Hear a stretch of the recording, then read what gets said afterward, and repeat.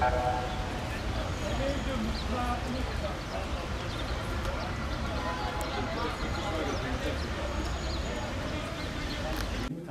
17 tane hasta var.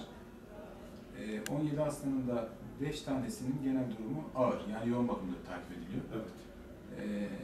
Düne göre genel durumu toparlanan birkaç tane hastamız var. Ama yani hani biz genel yoğun bakımda takip ettiğimiz hastaların hayati riskleri olduğu için 5 tanesine hayat tehlike var diyebiliriz. Evet, 17 tane, evet, 17 tane hastamız da yatıyor. Durum böyle. Yani bize dün akşamdan beri yaklaşık 40'a yakın, 37-38 tane hasta geldi. Patlamanın olduğu andan itibaren. Evet. Ankara'daki diğer hastanelerde gitmiştir belli rakamlar ama benim o konuda çok ciddi bir bilgim yok. Daha çok hastalar buraya nakledildi. En yakın hastane belki burası olması itibariyle. Yaklaşık 40 tane. Evet, doğrudur. Evet. Bir sıkıntımız olmadı. Zaten Numune Hastanesi büyük bir hastane. Daha önce de böyle deneyimlerimiz var. Allah inşallah bir daha yaşatmasın. İnşallah. İnşallah.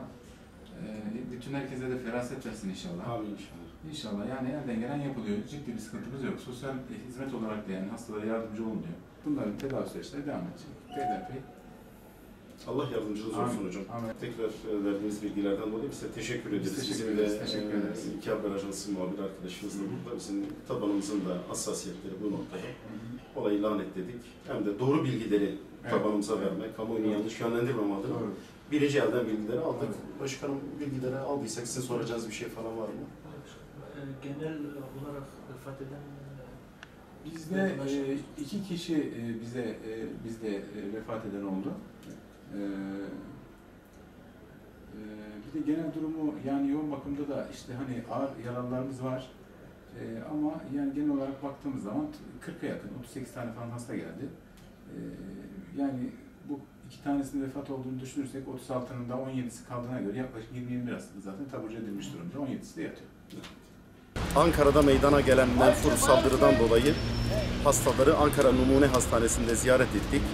Hastane Başhekim Yardımcısının bize vermiş olduğu bilgilere göre dün akşamdan bu yana 40'a yakın hasta getirilmiş. Bunlardan 2 tanesi hayatını kaybetmiş.